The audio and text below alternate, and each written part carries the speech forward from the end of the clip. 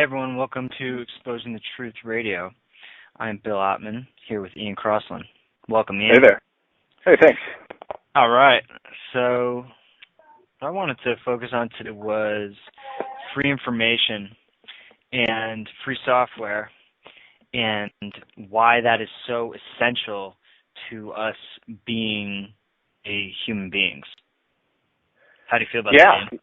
Well, it's great. My first thought was the difference, just to enlighten people to the difference between some software that's free, like it doesn't cost you any money, and free software, and what the difference between those things are. Right, absolutely. So do you want to tap at that? Yeah, as far as I can tell, software that's free, obviously you don't have to pay anything for it. It's like freeware, whatever, you can get it, download for free. But it still might be a proprietary software. It might be like a private code that you can't get your hands on that can be doing God knows what. But free software is where the code is available, and you know if it's trying to get into your stuff, and you have total access with it. Yeah, absolutely. I was listening to a really interesting talk by the lawyer from the Free Software Foundation. His name is what is it? Eben Moglen, and he works closely with Richard Stallman, who started the Free Software Foundation. They were kind of guys who were there as, so all software used to be free, and then corporations sort of started to change the rules, but they stood strong. And he gave a crazy speech at this awesome event called Republica. It's in Russia, but it's a pretty amazing event all about this type of liberation. And he was saying how we carry around these devices, and there was always the dystopian vision of humans and robots, and like robots kind of taking over the planet. But what's happened, he says, is that it's much more subtle, where we're really cradling the robots, and we're like, kind of hugging them all the time. They don't have arms and legs, but they are invading us. So it's just it's a little bit more creepy. That's really freaky, man. Like, yeah. It's in its infancy, and we're like nurturing it. Yeah, nurturing it, exactly. Oh, geez. So, okay, do you think inevitably computers are gonna, like, we're evolving into computers? Well, I think I always love this idea that I found on Wikipedia, or it's just a fact, that in 1613 was the first use of the word computer, and it was in reference to a human being who was doing computations in an office. It was like a profession. And now we think of computers as, these external products that do processes for us. But I think that, there's definitely such thing as an organic computer, the human body. And so that's something to think about. It's not like as if biology and technology are totally separate. I think that there are sort of organic and synthetic directions that it can go, and one is maybe a little bit more pure and respectful to the source than another. So that's why free software and free hardware is important. So it's not like technology is inherently bad or anything. Technology can be whatever. It's just, is it accessible to the user? Does the user have the right to turn on and off GPS or whatever code is accessing the user? So literally, as we're implanting whatever, as we get these contact lenses that let us see the internet, and we're like kind of plugged in, or we get like little implants in our ears, and we can hear like 6 miles away. If it's proprietary software, if it's not free, then that shit could be literally controlling our minds. Right. To like the whim of a corporation or something. Absolutely. I see. So, well, yeah. No, go for it. So if it's free, how would we, you think just each user would know exactly what it was doing? Right. So in the same sense that if on your laptop you're running Tor, something to, browsing the web through a proxy, or, if you're using a GNU Linux operating system distribution as opposed to Windows or Mac OS, which are remotely updating your system and, taking your information, storing it in massive databases, and then running code through that so that they can actually know everything about humanity, be able to predict what you're going to do next, and find out things about your life that suit their needs. It's really interesting.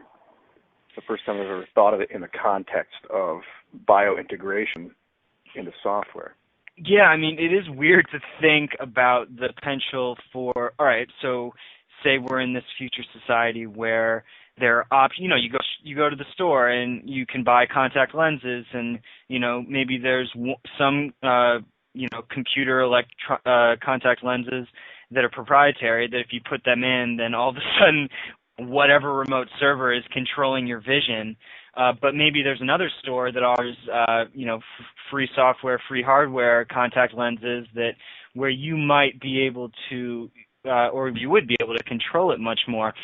I don't know about the actual biological impact on your body that putting in some sort of, I don't know, what, like silicon-based or, whatever material that chip is of, that might have some negative impact upon your biology. What do you think about that?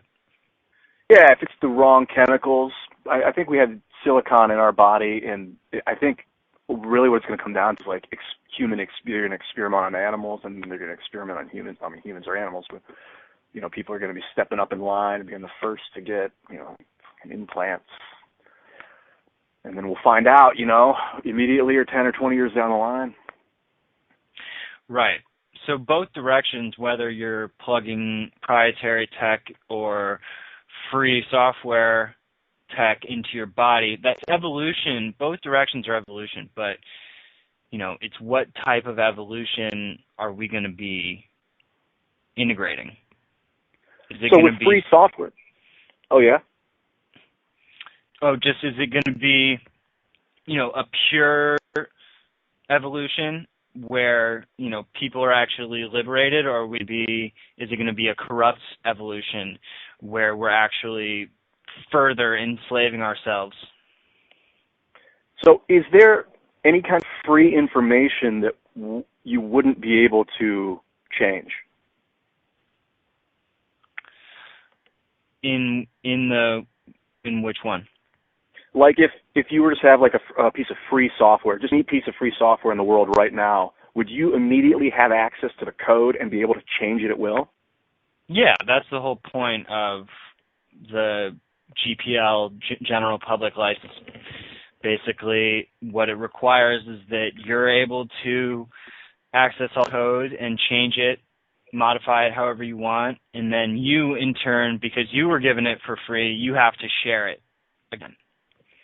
So if you were to get like a piece of like on this top of implants, like if they were like selling like a free software implant where you could basically tweak how far your eyes see and what colors, how clear they see, what colors they see, if they're affected by gas and water or whatever, and you didn't know programming, would you pretty much be SOL? Like, if you don't know the programming for free software, is it pretty much the same, like, useless?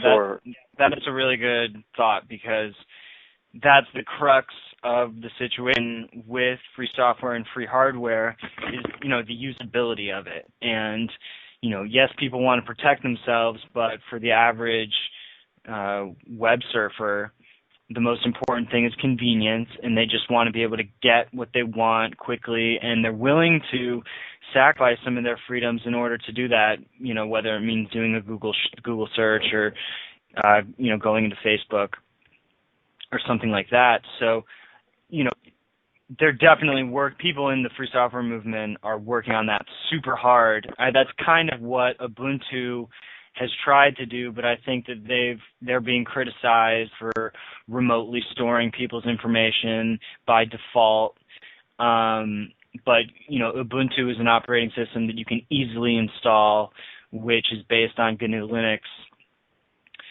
So, but then those aren't as supported by the free software movement because they have corrupt elements in them. So places like Debian and there's a list of supported in quotes OSs on I think freefff.org and gnu.org. How did you refer to what those softwares are called? Oh, GNU Linux. Yeah. There's a list of them, and they're what kind? What type of software are those? On the list? You sound like it's a strange word I'd never heard before. Like. Oh, GNU. No, it was after that, but I guess we'll find out when we listen to the show. Yeah. So what else is on your mind, man? Well, so is it possible to have this free software, anything, and not? I mean, obviously you cannot store information. A lot of programs don't store information, but like, for like is there a operating system that's free software that doesn't store information?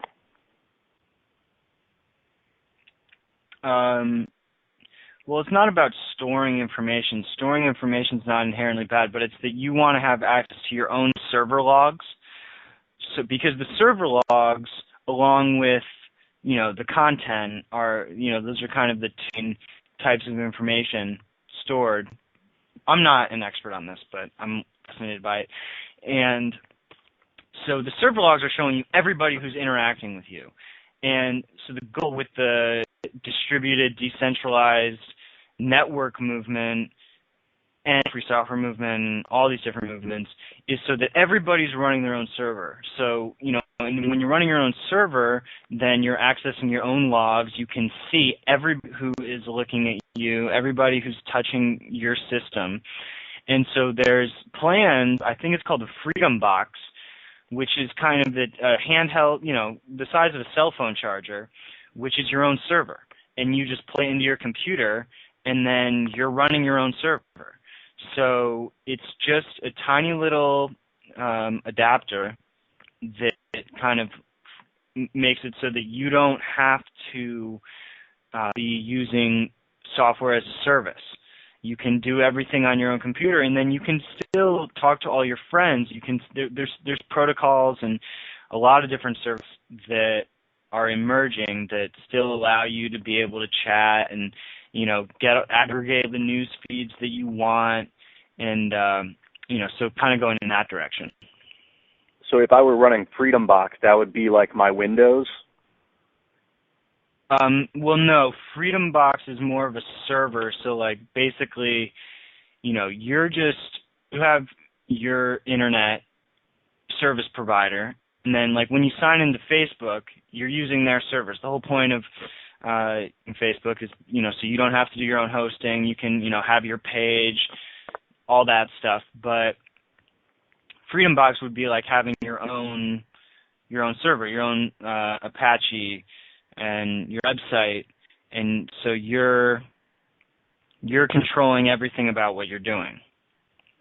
So if ideally or in one way everyone could have one of those, you basically get the address to your friend's server, or they would build a piece of software that would coagulate all these different servers into like a free database or something, and then that would be the new social network?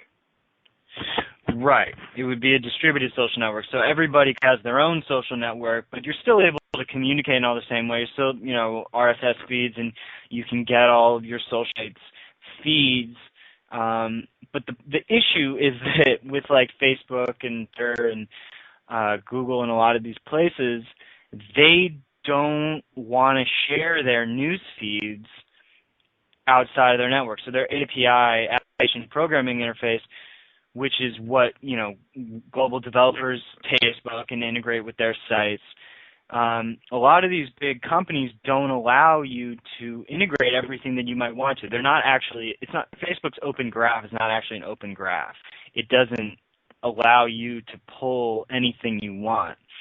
So as more of the distributed networks start emerging, and some of the main networks hopefully become more open, then it's going to be easier to pull out these feeds so that everybody will be more independent. That's super cool. And then you could basically run Facebook on your server. Well, you wouldn't want to run Facebook on your server, but you'd be running your own social site. Okay. So really, that's a goal with what we're doing with Minds, is to, allow anybody to install their own, spawn of the network, have their own network, and do it on their own server, and then all those servers can interact through the actual open API that we're going to be offering. So could I take a copy, your server that's so cool and tweaked out, could I take that and just implement it as my server? Yeah, you can take the kind of configuration list and mirror that. Yeah. Oh, that's so cool. Just making it easy is the process, and I think things are getting closer. But I think we should probably take a quick break, so let's hit the music. You're listening to A2Zen FM, life-altering talk radio. Anything from activism to Zen and everything in between, right here and now. Informative, inspiring, engaging. Our hosts provide you with the global news and educated advice you need to make a difference in your life, in your world. Knowledge is power. A2Zen.fm.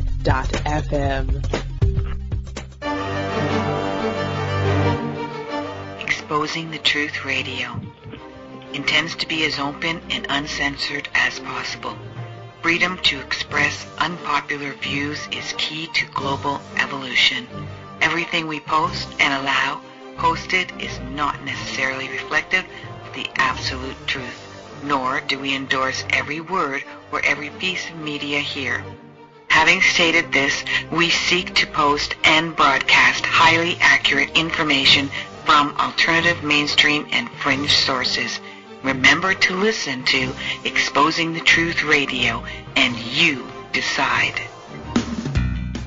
This broadcast is not the views or opinions of A2Zen.fm nor any of the hosts here at A2Zen.fm radio and magazine. To contact Aaron, go to Facebook, Exposing the Truth, or exposingthetruth.info. Now let's get back to our hosts on Exposing the Truth here on A2Zen.fm.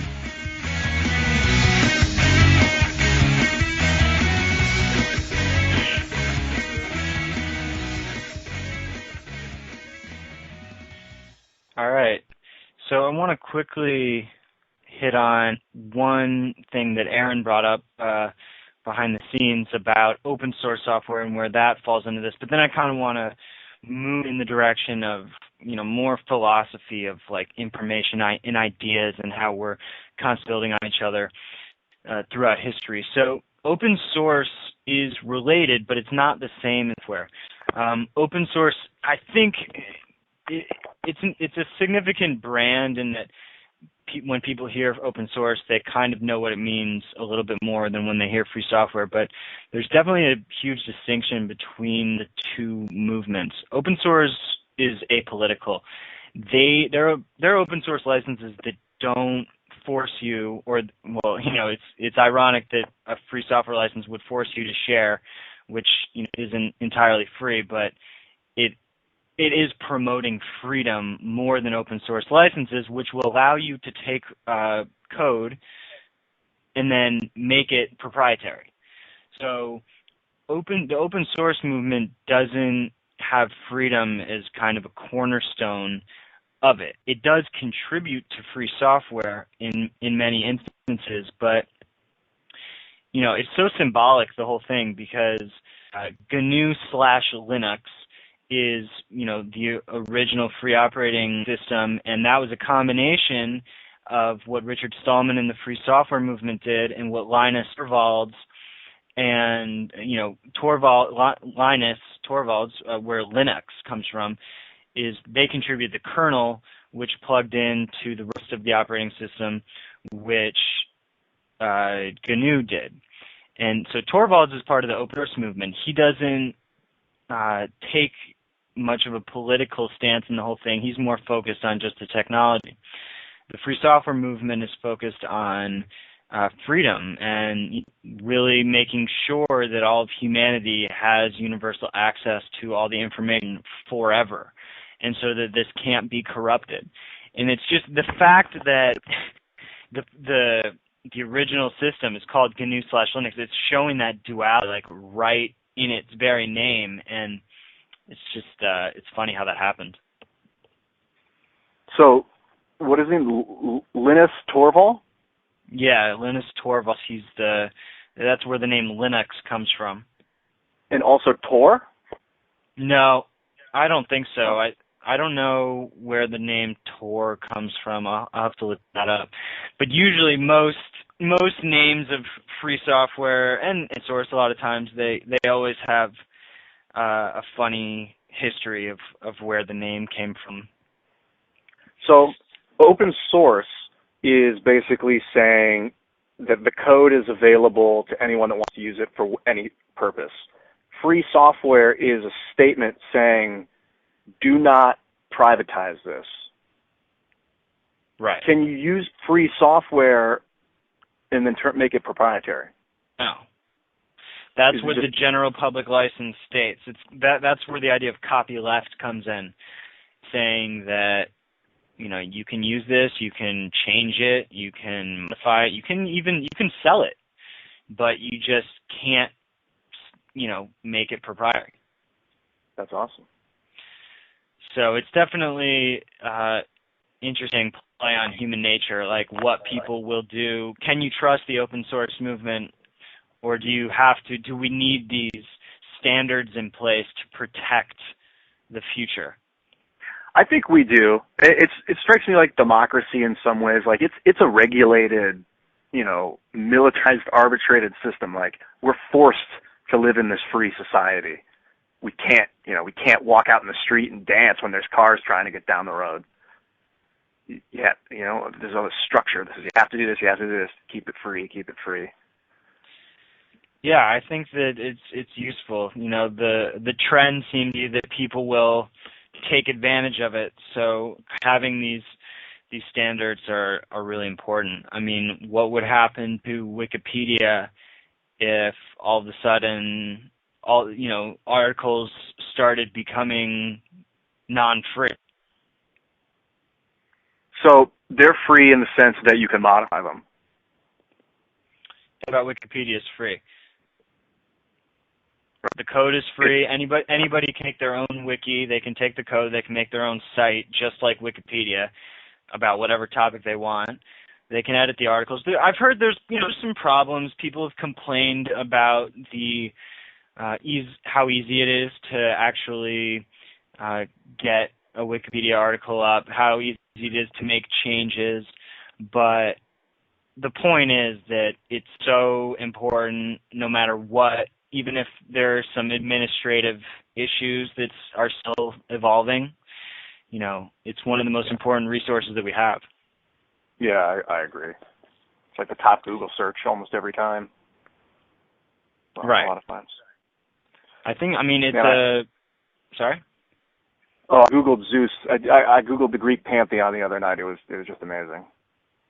Mm-hmm. Popping around Wikipedia, learning all about these gods, Kronos and Chaos and, Styx, go on and on about it. It's really, really interesting. Oh, Aaron says Tor is short for the Onion Router Network. So TOR, the Onion Router. Okay. And, Onion, just the idea of all these different layers of, proxies and stuff. Now, what is Tor exactly? It just allows you to browse the web anonymously so that you're not being tracked. Oh, okay. It's worth it. It's pretty easy to use. That's awesome. Mm-hmm. Is it better than Mozilla Firefox? Well, they're not exclusive. I think that they can work together. So is it the same thing? Is it an internet browser? I think it is its own browser, but I'm feeling a little bit. Yeah, it's a browser based on Firefox. Oh, that's cool. Yeah, so definitely worth experimenting with, and it doesn't mean that, like, people will say I have nothing to hide, so I don't care if all these companies are taking all my information. Now, that's an interesting thought.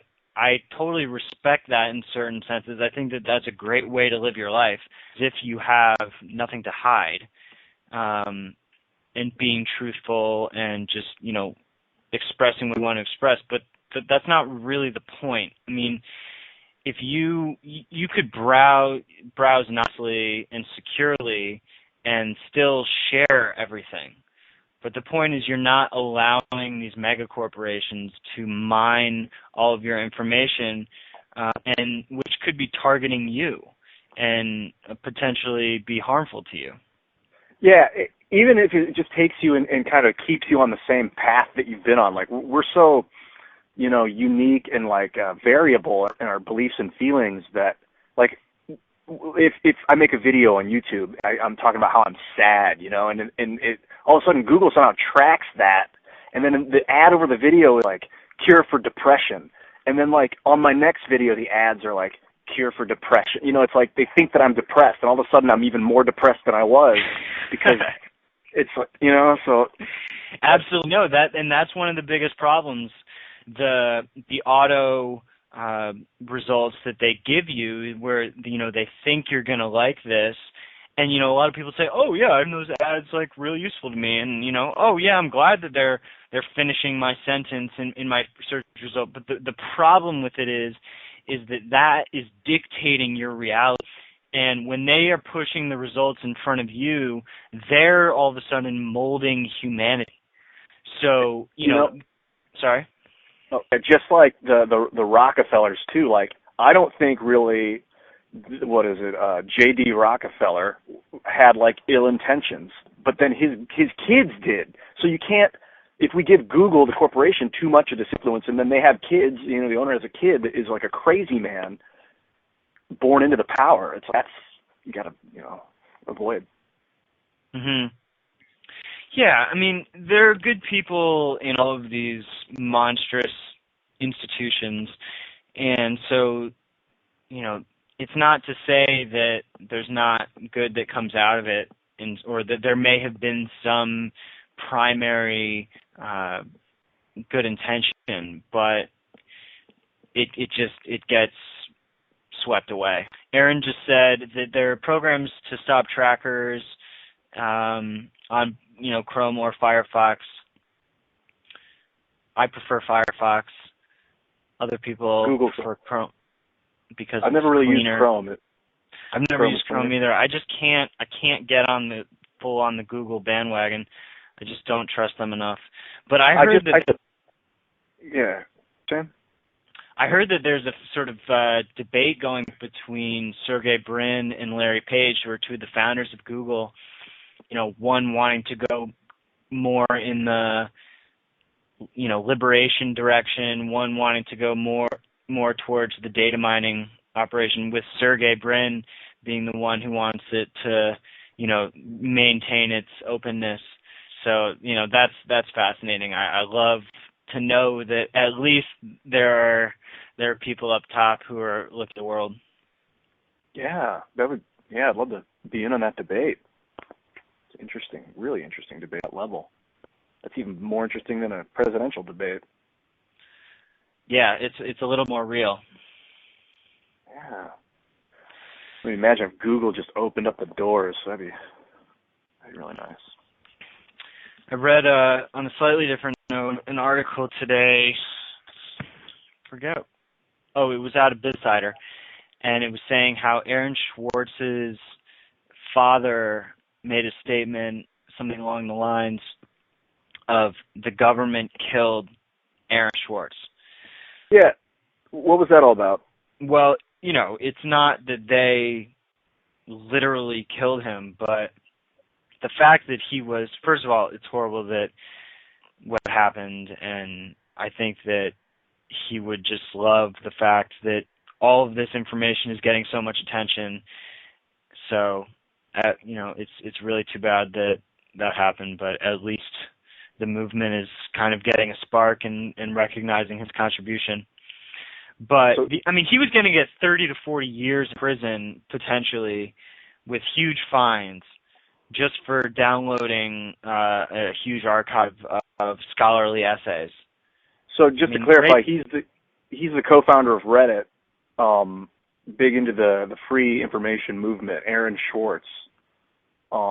And he got slapped with a lawsuit for trying to download, what was it, a bunch of articles, like from a journal, from like a JSTOR, which houses all sorts of scholarly articles, and it was connected to MIT, but I don't fully understand who was pushed for the lawsuit to go through. I think it was a lot of people in the Department of Justice, and there's a big petition for this one person to be asked to resign because of how much they were pushing the lawsuit. And JSTOR came out with a comment that was pretty friendly in showing how, they thought it was horrible what happened, and I need to hash it out further, but just the point is rapists are getting less sentence time than people trying to free information. Yeah, I've been like the last, the more we work on minds, the more I'm really getting involved with the concept of free data. And it's like, I did not, like 5 years ago, would not even be on my radar. Like, we're at this point in reality where there's never, well, this is what I've heard, there's never been more of a stranglehold on information than now, and that there's also never been this much apathy about that.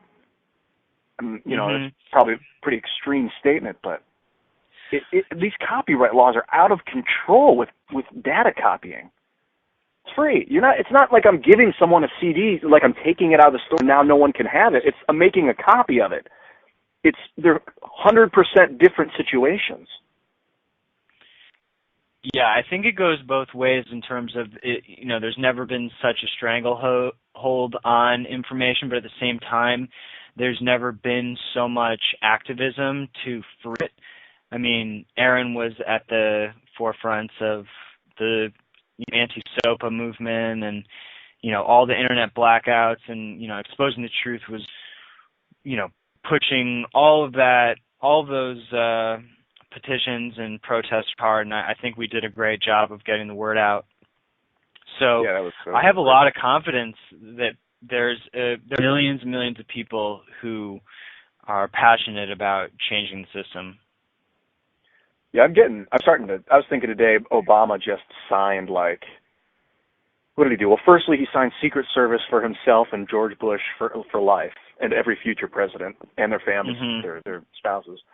And he signed some other thing I just saw with the NDA, the National Defense Authorization Act, 2 days ago. I don't even know what it was. I just kind of glimpsed it as I was going through article things, and it's like, it's almost to the point where I'm going to scream at the guy, and I'm like, I don't know if I want to give him the benefit of the doubt, but I'm just trying to think he's just not that good of a president.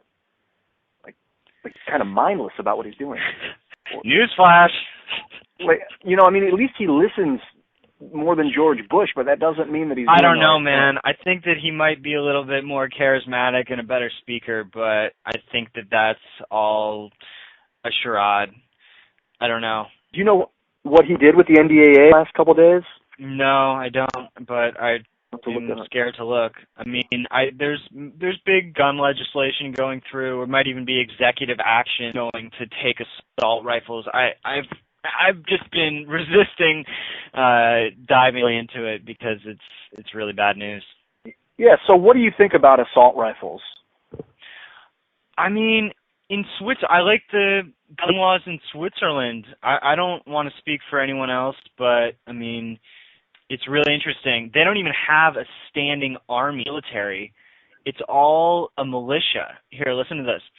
Switzerland does not have a standing army. Instead of opting for a people's militia for its national defense, The vast majority of men between ages 20 and 30 are conscripted into the militia and undergo military training, including weapons training. The personal weapons of the militia are kept at home as part of military obligations.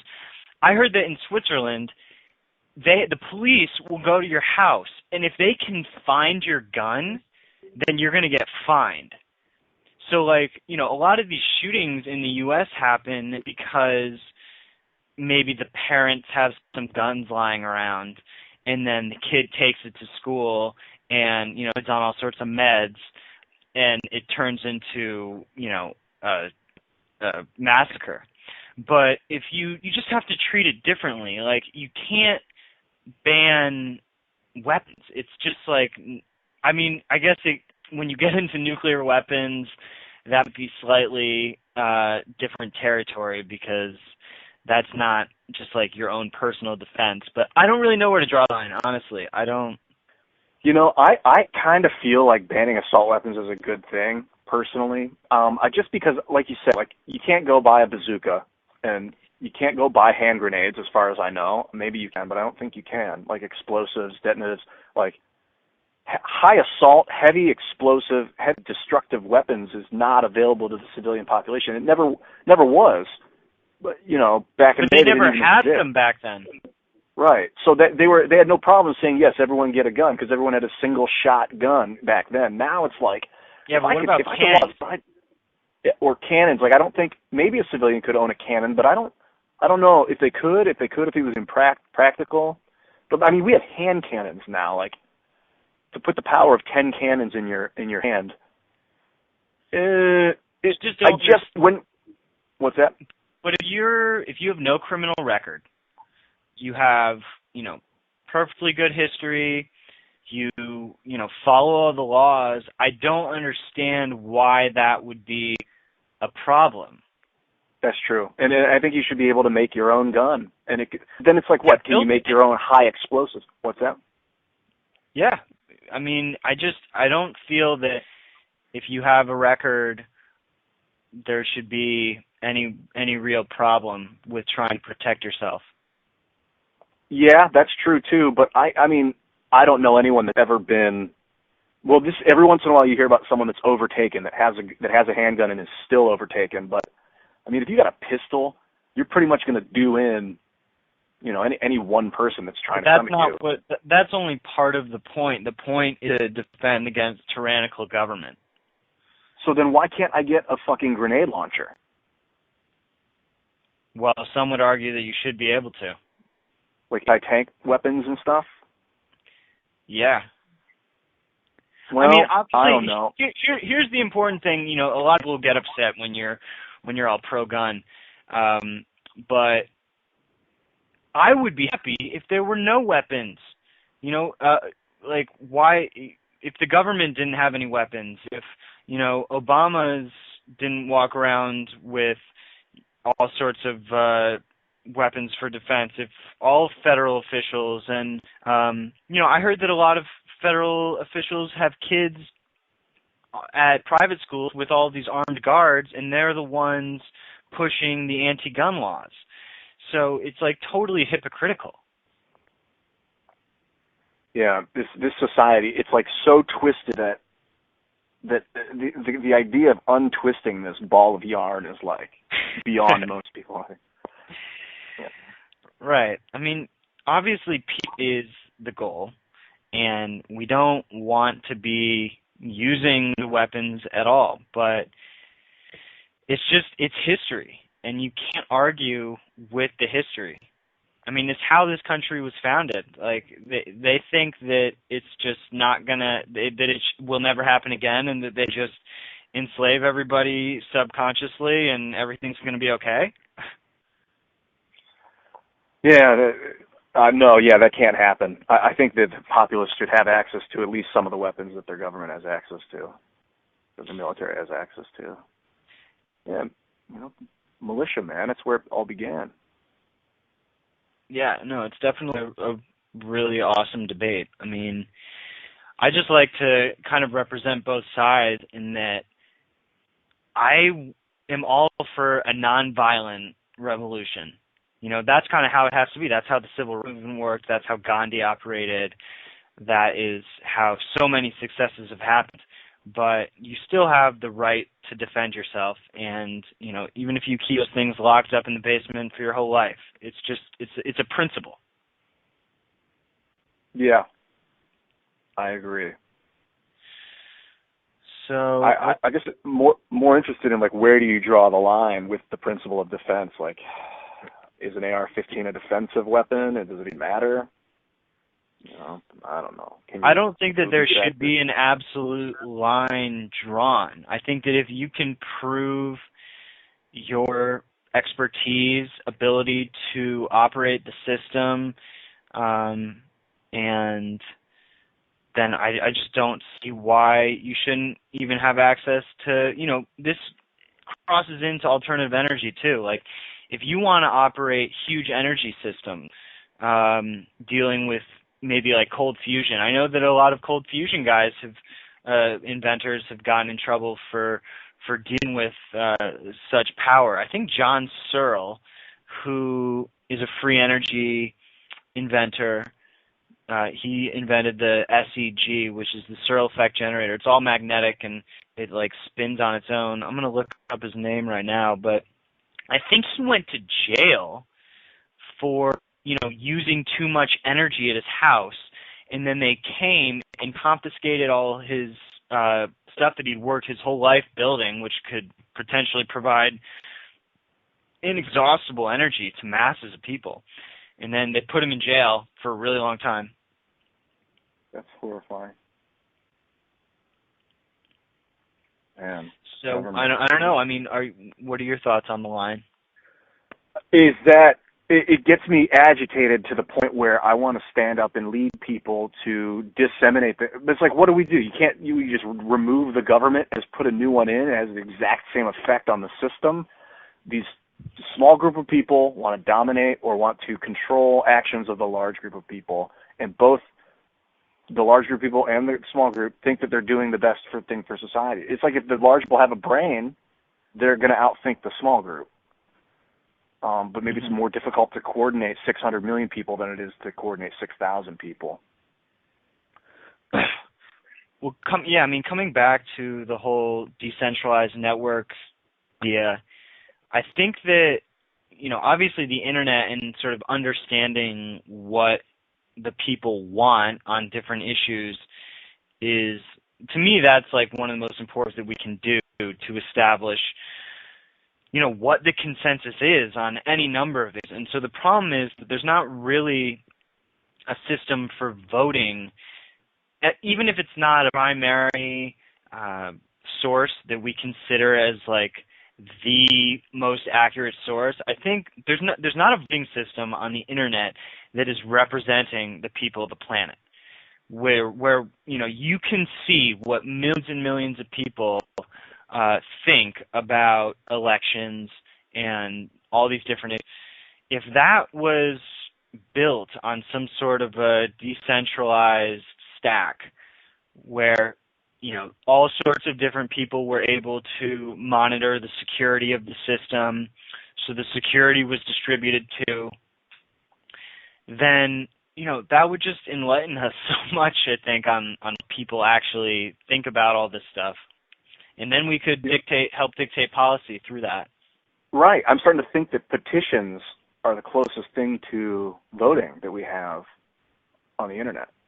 Yeah, absolutely. I mean, I think that there is room for error, like a Facebook page or a White House petition. Those votes or those likes are pretty accurate. I mean, yeah, people could try to mess with it with bots, but they're probably about 90% accurate. And those statistics are what we need. Like, we don't need it to be 100% accurate. We just need to know that it's pretty accurate so that we can actually figure out what people think. I mean, if the White House wanted to, with their whole We the People petition campaign, they could actually be leveraging what the American people think about different issues and connecting policy with that. I mean, that brings in the national initiative. Oh, yeah. Yeah, for sure. I talked about that last week too. The national initiative. It's a genius tactic, and I think that's definitely a future. Some sort of initiative. No, it just creates another branch of government. It's still. Explain it to people a little bit. Basically, we would build a council. You'd start off with a council of 51 people, person from every state representing their state, and then the chairman would be the 51st person. And every 4 years they would phase out. Starting off, half of the people phase out. After 2 years, you'd bring in new people. And it's a council that decides on laws that they want to pass into Congress. Of the people. Yeah, it's basically the people represent each other, and they give you, you're always looking at it's still a representative form of democracy, which I don't love, but it's just a step, it's getting a little bit of the power out of the hands of the House of Representatives. Like, I just heard that you used to only be able to give a president or something $1,000 to their campaign, and then they built these super PACs, whatever they're called, and now you can give like hundreds of millions of dollars. Like, it is so bought out. These people they're millionaires. Congress is like millionaires now, and they're voting each other pay raises. They're voting, and they're doing it right in front of us. But they're not, publicizing it a lot. A lot of stuff happens behind closed doors. And the thing I have with the National Initiative even lately is, like, even if we had a council of 51 people that wanted to pass a law that would say we're removing super PACs, we're nullifying the Federal Reserve. We pass it into the Senate. The Senate can say, no, this law's no good. They can change it to say we're actually going to keep the Federal Reserve and give us a raise. And then they resubmit it into the Senate, which is, I believe. I don't think it will. They might have to give it. We could probably build it so they would have to give it back to the council. But it's such a monopoly in the House and Senate right now. Like, the Senate basically gets a bill, and then they change it to what they want it to say, and then they get it again. It's like, what? No, it's haywire. It's crazy that someone would have that much power. Yeah, when you flesh it out, it feels a little bit helpless. But I mean, I'm glad to. Oh, I think we have to do a break. Okay. We'll go 7 more minutes, whatever. Awesome. All right. So yeah. I don't know. Was there anything you wanted to bring up today, Ian? Oh, I just blew my load. I was thinking about the cat. I just moved and looking at the cat and getting all emotional about how I'll never see her again. I thought that would be a great topic to bring up. That was a nice cat. Everybody, yeah, I'm sure, is very excited to know that you're moving into a nice shelter in Brooklyn. I'm very happy about that. Moving on, moving up. Literally, 5th floor. If anyone out there listening is from the greater Brooklyn area, definitely hit us up on through the Exposing the Truth messaging, or you can hit us up on various accounts. All the time. I'm just going to skim through some other world news going on. All right. I want to talk about, finally, the secret space program for just a second. Have you heard of this, Ian? No. So would you think it probable or not that there's a whole secret space program going on that we don't know about, flying back and forth to the moon and whatnot, having a whole kind of separate world going on out there? I think that is definitely possible, and most likely there's absolutely space activity going on that the population is not told about. Right. Yeah, I forget the name of the actual ship that keeps going up that they don't tell us about, but the X something 17 maybe. But yeah, it's just drone space shuttle that they keep sending up. So there's definitely kind of a process of weaponization of space going on. Dr. Bob Bowman, who I think he was the ex-head of Star Wars at DARPA under Reagan, he's a whistleblower all about it, and how there's definitely a race for weapons up there. dealing all sorts of laser like stuff and whatnot. But it's just it's wild. I read about this book called Blank Spots on the Map that I want to check out. It talks about Aaron got X-37B is the name of that space shuttle that nobody knows what the heck it's there. And out of Boeing. So Blank Spots on the Map talks about how potentially something like half of all of U.S. history in terms of intelligence is classified. Wow. I mean, that's just completely outrageous. Where did they get that? The name of the book is Blank Spots on the Map. It got a lot of attention. I'll try to throw some links in the info on the after production on this video. Oh, great. Hey, I want to say something too about drones.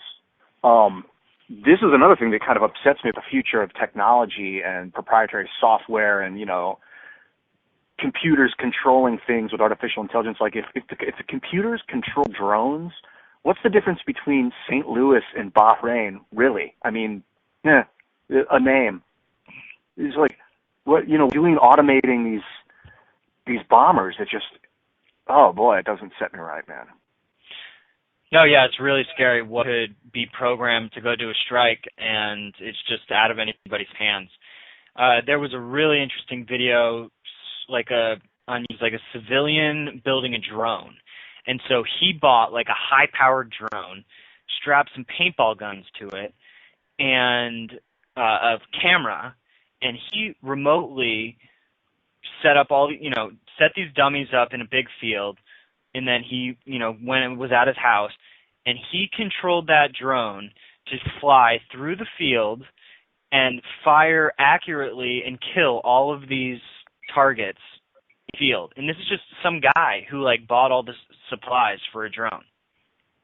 And the argument is at least a civilian can do it too. Oh yeah, wow. Absolutely. Yes, he should have the right to do that. And but it's wild. I mean, buck wild, Wild West. We're gonna really find this reality is it's coming to the point where maybe it always feels like it's coming to the point where we have to, I don't know, become this kind species that, I don't know, maybe it has something to do with not eating meat. I really don't know exactly. Less aggressive, because we're weaponizing the shit out of almost every aspect of reality. 2 weeks ago I was talking about putting guns in school. There's the beat. Oh, right. Yeah. I guess we got about 1 minute left. I mean, to wrap up, I just think that free information and universal access knowledge can level the playing field, so that there's not so many people who are feeling aggressive and like they have to kill to survive. And it'll empower the people to rise up and be educated to understand how tyrannical systems are implementing these enslavement measures upon us. So I think that the more we can open up the books, the better off we're going to be. Holla back. Cheers, man. That was fun. Thank you very much. ExposingTheTruth.info. I'm Ian Crossland. Bill Ottman. We're talking.